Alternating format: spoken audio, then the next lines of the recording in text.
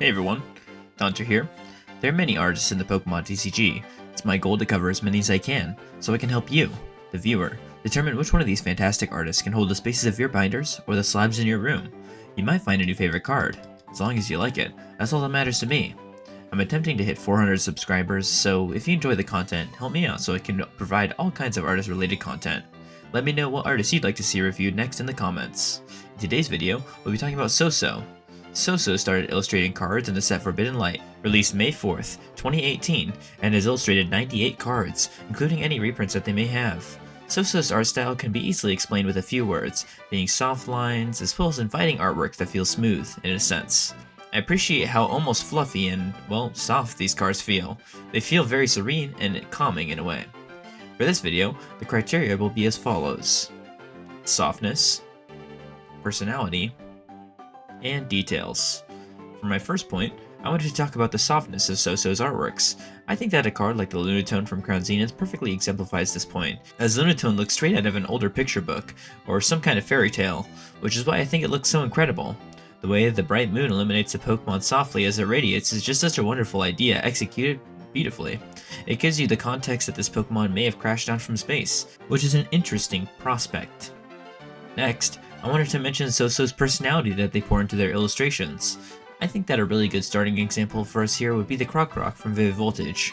I like the way that the Pokemon has its arms on its sides, almost trying to look cool, even though he's quite a small Pokemon, making the Pokemon seem more cute than fearsome. Mixed with the art style, it makes it seem like an even softer Pokemon altogether. I think that the expression on its face is perfect though, that smug look is quite funny. A Pokemon that perfectly showcases personality in my opinion is Phalanx, as they are all quite different little guys. In this card, we can see the different Phalanx clearly looking around, with the one atop the rock being the clear leader of the rest of them, where the one on the right is looking peacefully off into the distance, and one in the back is peeking over the rock, which I think is pretty cute. Overall, Sowsow's cards really exude a lot of love and personality. Finally, I would like to point out Sowsow's details, because the attention to detail in so many of their artworks cannot be understated.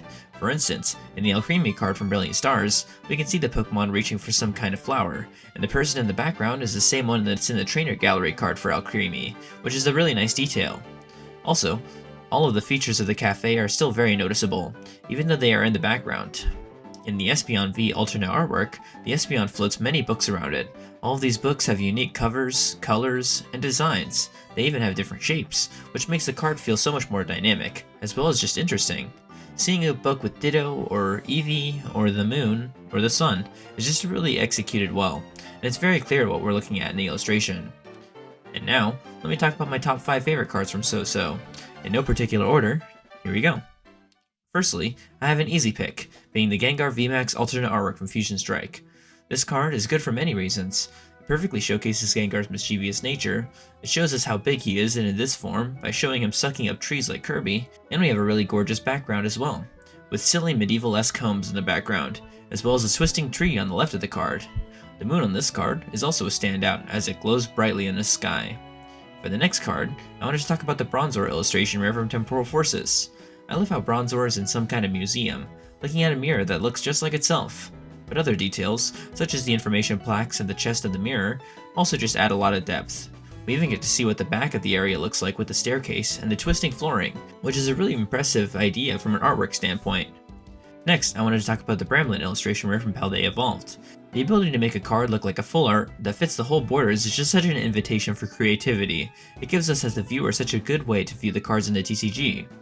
And I think that this point is perfectly exemplified in the Bramblin card, as there is one Bramblin that is the main focus of the card, but there are also just a bunch of Bramblins all around the rest of the card, and some kind of western town with the leaves blowing in the wind is such a perfect idea for a tumbleweed Pokemon.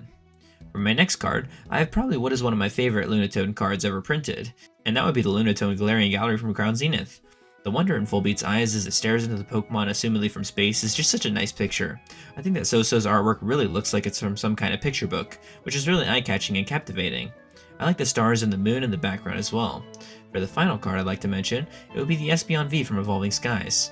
I think that I previously mentioned why I enjoy this artwork, but really, I think that the Espeon just looks really cute in the card, and it's actually using psychic abilities, which is a really cool idea. The light from the hanging lantern is also quite nice as well, and it's a nice cozy vibe for a card. And I feel like a lot of Sowsow's artworks are pretty nice, cozy, and inviting. And that was sowsow.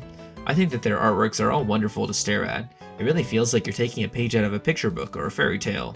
And that kind of dreamy aesthetic is something that sowsow is just so masterful at.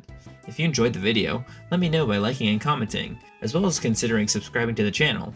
I cover everything you need to know about Pokemon artists. And with that, I hope you all have a fantastic day, and I'll see you in the next one.